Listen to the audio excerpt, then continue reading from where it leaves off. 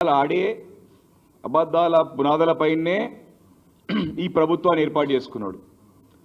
సరే, ప్రభుత్వం వచ్చిన తర్వాత కూడా వాస్తవాలు ప్రజలకు చెప్పి వాస్తవాలతో ప్రభుత్వాన్ని నడిపిస్తే ప్రజలు మనల్ని పొందగలుగుతారు, ప్రజలు ఒక బాగోలు చూడగలుగుతారు, ప్రజలు కూడా దాన్ని హర్షిస్తారు, స్వాగతిస్తారు. వారు కూడా మరి రాష్ట్రంలో చక్కటి పరిపాలన సాగుతుంది కదని చెప్పి సంతోషిస్తారు. కానీ పదే పదే పదే పదే ప్రతి సందర్భంలో కూడా ప్రజలను పక్కదో పట్టించడం, ప్రజలని మరి ఏదో రకంగా కన్ఫ్యూజ్ చేయడం, ఇది తన అలవాటుని మార్చుకోలేక, అంటే కుక్కతో వంకరలాగానే తన యొక్క పద్ధతి మార్చుకుంటలేడు, తన మాట తీరు మార్చుకుంటలేడు, తన వ్యవహారాన్ని ఇంకా కూడా మార్చుకుంటలేడు. వారు మొదటి నుంచి కూడా రూపాయి లేదు, ఖజానా మొత్తం కూడా కొల్లగొట్టినారు, నేను లంక బిందెలు ఉన్నాయనుకొని ఇక్కడ వచ్చినా ఏమి లేవు, నన్ను కోసినా పైసలు వెళ్ళయి, నన్ను కాల్చుకొని తింటారా, నన్ను కోసుకొని తింటారా, నన్ను ప్రభుత్వ ఉద్యోగులకు తమ న్యాయంగా రావాల్సినటువంటి తమ యొక్క మరి జీతభత్యాలు కానివ్వండి, తమ యొక్క పాత పెండింగ్ సంబంధించినటువంటి అనేక అంశాలని అడిగితే మరి వారు ఈ రకంగా రూపాయి లేదు ఖజానాలో, డబ్బులు లేవు, నన్ను కోసుకు తింటారా, ఏం దొరకది, మీరు ఇట్లే ఉండాలి, ఇట్లే సావాలి, ఇట్లే బతకాలని చెప్పేసి మరి ప్రభుత్వ ఉద్యోగుల్ని మరి కల్లారన్నట్టు చూసాం, మనం మరి చెవులారా విన్నాం. అసెంబ్లీ వేదిక కానివ్వండి, బయట అనేక వేదికల పైన కూడా పదే పదే పదే పదే ఎప్పుడు కూడా దివాలా దివాలా దివాలా తీసినారు, నేను ఇక్కడ అప్పులకు పోతే నన్ను దొంగలేక చూస్తా ఉన్నారు. ఒక సందర్భంలోనైతే నిన్ను ఢిల్లీకి కేంద్ర మంత్రుల దగ్గరకు పోతే చెప్పులు ఎత్తుకపోతారేమో, చెప్పులు దొంగలే కూడా నన్ను చూస్తారని చెప్పేసి ముఖ్యమంత్రి గారు అన్న మాటలు తెలంగాణ సమాజం అంతా కూడా చూసింది, ప్రపంచంలో ప్రతి ఒక్కరు చూసినారు. కానీ వారు చేసే పని ఏంది? వారు మొన్న జరిగినటువంటి గత నెలలో మరి జరిగినటువంటి ఒక భారత్ సమ్మిట్, ఏదేదో పెట్టుబడులకు ఆకర్షించడానికి నేను ఏదో కార్యక్రమం తీసుకుంటా అని చెప్పేసి ఒక కార్యక్రమం తీసుకున్నాడు. కానీ దానికి ఎవరు వచ్చినారు ముఖ్య అతిథిగా? రాహుల్ గాంధీ గారు, ఖర్గే గారు. అంటే కాంగ్రెస్ పార్టీ మీటింగ్కి అధికారికంగా మరి ఆర్టీఏలో మరి ఒక వ్యక్తి కరీంమర్ అనేటువంటి వ్యక్తి లిఖితపూర్వకంగా రైట్ టు ఇన్ఫర్మేషన్ యాక్ట్ కింద అడిగినారు, మీరు భారత్ సమ్మిట్కి ఎంత ఖర్చు చేసినారు? పేరు భారత్ సమ్మిట్ కానీ అది కాంగ్రెస్ పార్టీ మీటింగ్.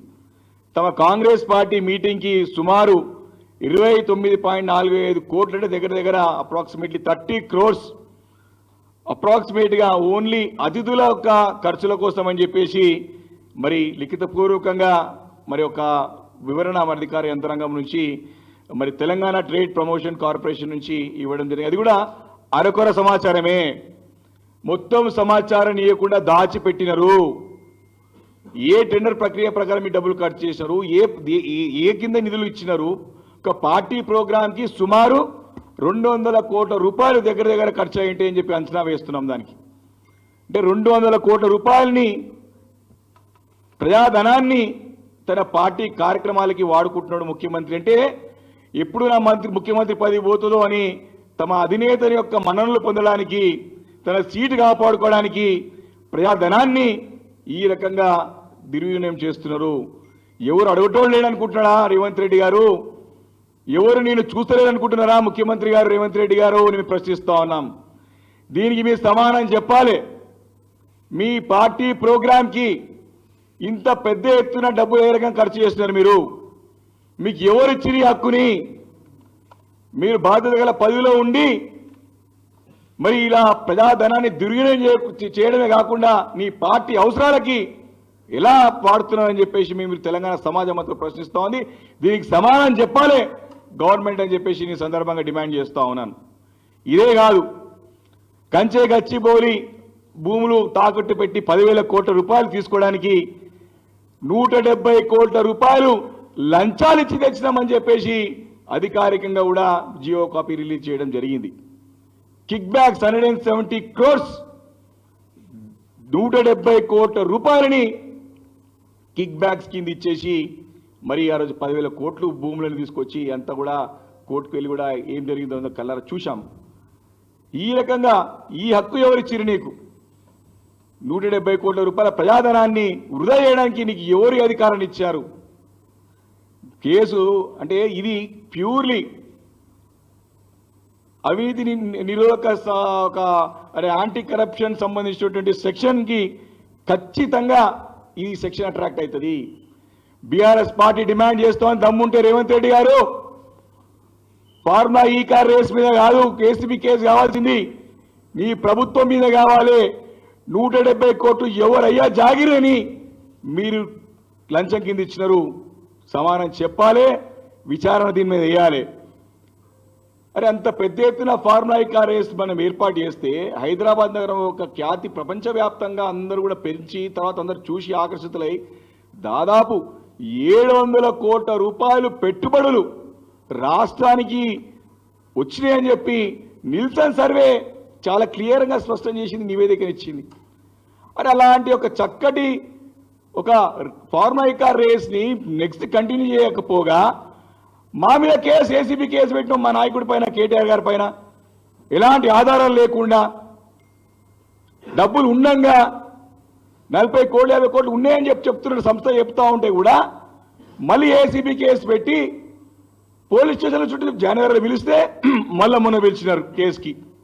అంటే కేవలము రాజకీయ దురుద్దేశంతోనే ఈ కేసు తప్ప నిజంగా దీనిలో పసలేని కేసు, అది పనికిరాని కేసు, కేవలం కక్షపూరితంగా పెట్టిన కేసు తప్ప ఇంకోటి కాదు.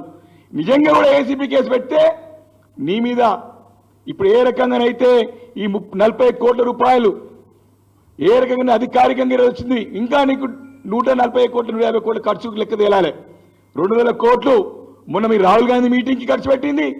అదేవిధంగా నీ 170 కోట్ల రూపాయలు, అదేవిధంగా 170 కోట్ల రూపాయలు కిక్ బ్యాక్స్ ఇచ్చేసి లంచం తీసుకొచ్చినారు, అది లోన్ తీసుకొచ్చినారు 10,000 కోట్ల రూపాయలు. దానిపైన కూడా విచారణ జరపాలి, దానిపైన కేసు పెట్టాలి, ఏసీబీ కేసు పెట్టాలి. అంతేకాదు అందాల పోటీలతోని పెట్టుబడులు వస్తాయి ఏదో చెప్పేసి కథాకారకని చెప్పి 100 కోట్లు ఖర్చు చేశారు ఆ ప్రచారానికి, పనికి రాని ప్రచారం చేసినంత కూడా. తీరం ఉన్న లెక్క చూస్తూ ఉంటే 1,00,000 రూపాయలు ప్లేటు బంగారం తింటారా, తులం బంగారం తింటారా? తులం బంగారం ఈరోజు 1,00,000 రూపాయలు అయింది. మహిళలకు ఇస్తారు బంగారం ఎటుపోయింది, కానీ 1,00,000 రూపాయలు ప్లేట్కి ఖర్చు చేసి 100 కోట్ల రూపాయలు మరి అంతా కూడా బూడిదలో పోసినట్టే. దాంతోనేమో అంతో పేరు వచ్చిందేమో అనుకుంటే ఉన్న పేరు పోయింది, సిగ్గు తీసినారు, తెలంగాణ ఇజ్జత్ తీసినారు. ఈ అందాల పోటీలు పెట్టి ప్రపంచవ్యాప్తంగా హైదరాబాద్ నగరానికి ఉన్న మంచి ఇమేజ్ని పాడు చేసినటువంటి దుర్మార్గులు ఈ ప్రభుత్వ నాయకులు, ముఖ్యమంత్రి గారు. ఇంత దౌర్జన్యం దిగజారుడు పనులన్నీ కూడా మీ పైన కేసు పెట్టాలి లెక్క ప్రకారం చూసినట్టయితే. ఇంత దారుణంగా దిగజారుడు రాజకీయాలు కని విని ఎరిగిన రీతిలో ఈరోజు తెలంగాణ రాష్ట్రంలో జరుగుతూ ఉన్నాయి. కాబట్టి ఇంత ప్రజాధనాన్ని దుర్వినియోగం చేస్తూ ఉంటే చూస్తూ ఊరుకునే ప్రసక్తే లేదు. నేను ఎవడు అడగటోలేదు అనుకుంటున్నావు, కానీ తప్పకుండా ప్రతి పైసాకి లెక్క చెప్పాలి, చెప్పి తీరాలి. ఈ ప్రజాధనాన్ని మీకు రైతులకు ఇస్తానికి డబ్బులు ఉండవు, మహిళలకు ఇస్తానికి డబ్బులు ఉండవు, ఉద్యోగులు ఇస్తానికి డబ్బులు ఉండవు, కానీ నీ పార్టీ మీటింగ్ పెట్టుకోవడానికి 200 కోట్లు వస్తాయి, లంచాలు ఇవ్వడానికి 170 కోట్లు వస్తాయి, అందాల పోటీలు పెట్టడానికి 100 కోట్లు వస్తాయి. ఈ రకంగా చెప్పేది ఒకటి చేసేది ఒకటి. నేనేమో బిచ్చగా అన్నట్టు ఒక దిక్కు 1,00,000 రూపాయలకి ప్లేట్ పెట్టి అన్నం తినిపిస్తా అంటాడు. బంగారం తింటారా 1,00,000 రూపాయలతోని? ఎవరు దీనికి జవాబు చెప్పాలి. ప్రభుత్వాన్ని డిమాండ్ చేస్తా ఉన్నాం ఈరోజు బీఆర్ఎస్ పార్టీ తరఫున. ప్రజలకు మీరు సమానం చెప్పాలి. ఎట్లా మీరు 170 కోట్ల రూపాయలు లంచాల కింద ఇచ్చినారో, ఎట్లా మీరు రాహుల్ గాంధీ మీటింగ్కి 200 కోట్లు ఖర్చు పెట్టారో, ఎట్లా ఈ యొక్క అందాల పోటీలకు 100 కోట్లు లెక్క లేకుండా విచ్చలవిడిగా ఖర్చు పెట్టారు. సంక్షేమ పథకాలు ఏమంటే పైసలు లేవంటాడు. ఈ రకంగా దిగజారు రాజకీయం చేస్తా ఉన్నాడు, దుబారా ఖర్చు చేస్తా ఉన్నారు. తప్పకుండా దీనిపైన అన్ని కూడా రేపు రాబోయే రోజుల్లో పెద్ద ఏ వేదిక పైన సరే లెక్క చెప్పాక మేము నిలదీస్తాక ఊరికే ప్రసక్తి లేదని చెప్పి సందర్భంగా నేను మనవి చేస్తా ఉన్నాను. తెలంగాణ తల్లి విగ్రహాలు బ్రహ్మాండంగా తెలంగాణ తల్లి మార్చొద్దు, అది తెలంగాణ ఆత్మ ఉద్యమ పోరాటం నుంచి పుట్టినటువంటి తల్లి తెలంగాణ తల్లి. తెలంగాణ తల్లి సాక్షిగా ఎంతో మంది త్యాగాలు చేసి తల్లి సాక్షిగా తెలంగాణ సాధించుకున్నాం. అలాంటి తెలంగాణ తల్లినే మార్చేసినటువంటి దౌర్భాగ్య దుర్మార్గపు ప్రభుత్వం ఇది. ఇంత చిల్లర చీప్ పాలిటిక్స్ గతంలో ఎప్పుడు చూడలేదు. ఇక్కడ దేశంలో ఎక్కడ జరగకుండా, బీహార్ యూపీలో ఉండకుండొచ్చు. అంత అంత దౌర్భాగ్యమైనటువంటి పరిస్థితి ఈరోజు తెలంగాణ రాష్ట్రంలో ఏర్పడింది. ప్రతి కలెక్టరేట్లో మరి కొత్త విగ్రహాన్ని ఏర్పాటు చేస్తామంటారు. ఎవరి పైసలని పెడతాం మళ్ళీ కూడా దానికి వృధా. అంటే కేవలము కేసీఆర్ గారు ఆనవాళ్ళు లేకుండా చేస్తాను, ఏడేస్తావు. ఇప్పుడు ఏ ప్రోగ్రాం పెట్టినా కేసీఆర్ కట్టే వేదికనే.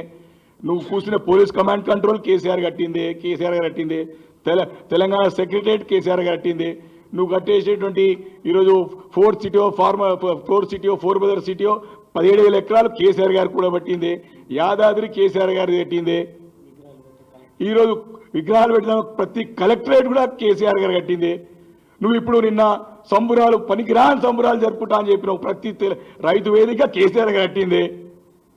కాబట్టి నువ్వు మళ్ళీ జన్మెత్తినా కేసీఆర్ గారిని ముట్టుకోలేవు. వారి ఇమేజ్, వారి ఖ్యాతిని ఏం కూడా ముట్టుకోలేవు. ఇది ఇంత కూడా చేయలేవు. కానీ వారు ఎంత దుర్మార్గం అంటే ప్రభుత్వం అధికారికంగా ప్రభుత్వ సొమ్ముతోని సోషల్ మీడియా ఇతర మీడియాల్లో కేసీఆర్ గారు కేటీఆర్ గారి యొక్క క్యారెక్టర్ అసాసినేట్ చేయడానికి, వారి యొక్క వ్యక్తిగత మరి వారి యొక్క ప్రతిష్టని దెబ్బతీయడానికి చేస్తున్నారు ప్రచారాన్ని. డబ్బులు ప్రజాధనాన్ని ఈ రకంగా వ్యక్తిగతంగా కూడా డ్యామేజ్ చేయడానికి కూడా ఖర్చు చేస్తూ ఉన్నారు. అది కూడా మన సమాచారం ఉంది. తప్పకుండా లెక్కల ద్వారా బయటపెడతాం. కాబట్టి ఈ రకంగా వారు చెప్పేదేమో రూపాయి లేదు, డబ్బులు లేవు, మేమేమి చేయలేము, 100 రోజుల్లో వారి గ్యారంటీలు గాలికి పోయినాయి. వారు ఇంకా రుణమాఫీ, సంపూర్ణ రుణమాఫీ అరకొర చేసేసి గాలికి వదిలేసినారు. ఏమి హామీ నిలబెట్టకపోగా ఈ రకంగా దుమార ఖర్చులు చేస్తూ ముందుకు పోతున్నారు. ఇంక రేపో మాపో మళ్ళా వెళ్ళిపోతాడని వింటా ఉన్నాం. పోతే హాఫ్ సెంచరీ అయిపోతుంది, 50 సార్లు అయిపోతుంది.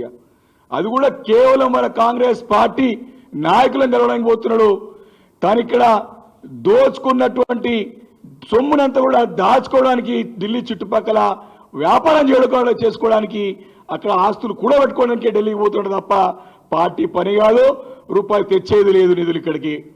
కాబట్టి ఆ నిధులు కూడా, ఆ డబ్బులు వృధానే. చాలా స్పష్టంగా మరి అనేక మంది వారు చెప్పింది. మరి గతంలో ఇంతమంది నీకు ఎందుకు అడ్వైజర్స్ అని చెప్పినాడు. ఇప్పుడు ఇంతమందిని పెట్టుకుంటాం అధికారికంగా సలహాదారులని. కాబట్టి ప్రతి విషయంలో కూడా తను చెప్పేది ఒకటి, చేసేది ఒకటి. ఏ రకంగా ప్రజాధనాన్ని ఇటు అధికారికంగా చూస్తూ ఉన్నాం, జియోల ద్వారా ఏ రకంగా అధికారికంగా డబ్బులని లంచాల ద్వారా ఇస్తూ ఉన్నారో చూస్తూ ఉన్నాం. అనధికారికంగానే చెప్పనే వద్దుగా, దానికి అద్దోదుపు లేదుగా. మొన్న హర్యానా ఎన్నికలకి మన మహారాష్ట్ర ఎన్నికలకి మొత్తం సంచులు మొత్తం ఇక్కడికి వెళ్ళిపోయారు. ఒక వ్యాపారస్తుని వదిలిపెట్టలేదు, ఒక ఇండస్ట్రీస్ వదిలిపెట్టలేదు. బ్లాక్మెయిల్ రాజకీయాలు, వాళ్ళ కుటుంబ సభ్యులంతా కూడా రోడ్ల పైన పడ్డారు. స్వైర విహారం చేస్తూ ఉన్నారు. తెలంగాణ రాష్ట్రం అంతా కూడా దోచుకుంటున్నారు. ఢిల్లీకి మూటలు తీసుకుపోతున్నారు, ఢిల్లీకి తీసుకుపోతున్నారు. ఈ వచ్చే ఎన్నికల్లో కాంగ్రెస్ పార్టీ చెయ్యి గుర్తు తీసేసుకోవాలి. ఇక ప్రజలు గుర్తుపెట్టాలంటే చెయ్యి సంచి గుర్తుపెట్టుకోవాలి. వాళ్ళు చెయ్యిలో సంచి మూటలు పెట్టుకుంటే పక్క మంచి ఓట్లు వస్తాయి. ఇక వాళ్ళకి చేయి గుర్తు మార్చుకుంటేనే బెస్ట్ ఏమనిపిస్తుంది నాకు స్పష్టంగా అర్థమవుతుంది. ఎందుకంటే బ్యాగులు మోసేది స్పష్టంగా కాంగ్రెస్ పార్టీకి అంతా తెలంగాణ ఆనవాయితీ అయిపోయింది. ఇప్పుడంతా కూడా పోటీల మీద సంచులు పోసుకుంటూ పోతా ఉన్నారు. కాబట్టి వచ్చే ఎన్నికల్లో చెయ్యి గుర్తు తీసేసుకొని చెయ్యి సంచి గుర్తు పెట్టుకుంటే మంచి ఓట్లు వస్తాయి. మీకు ప్రజలు మంచిగా స్వాగతిస్తారు, మంచి సన్మానం చేస్తారు, మంచిగా మీకు మంచి పేరు ప్రతిష్టలు వస్తాయి, బ్రహ్మాండంగా ఉంటుందని చెప్పేసి నాకు సలహా ఇస్తా ఉన్నాను. కాబట్టి మీరు చేస్తున్నటువంటి ప్రతి ఖర్చును కూడా తప్పకుండా బయటికి తీసి ప్రజాక్షేత్రంలో పెట్టి తప్పకుండా భవిష్యత్తులో మీకు గుణపాఠం చెప్పడానికి బీఆర్ఎస్ పార్టీ సిద్ధంగా ఉంటుందని చెప్పేసి కూడా ఈ సందర్భంగా నేను కాంగ్రెస్ పార్టీని, ప్రభుత్వాన్ని నేను హెచ్చరిస్తా ఉన్నాను. మరి ప్రజలకు ఇచ్చినటువంటి మీరు వాగ్దానాలన్నింటినీ కూడా తుంగలో దొక్కి చెయ్యని పని కూడా చేస్తున్నట్టు ప్రజలకి తప్పుడు సమాచారం ఇస్తూ అబద్ధాలు ఆడుతూ ఉన్నారు. అసలు ఎంత ఆశ్చర్యం అంటే ఇంటిగ్రేటెడ్ స్కూల్ స్టార్టే కాలేదు, పిల్లలు పోనే లేదు.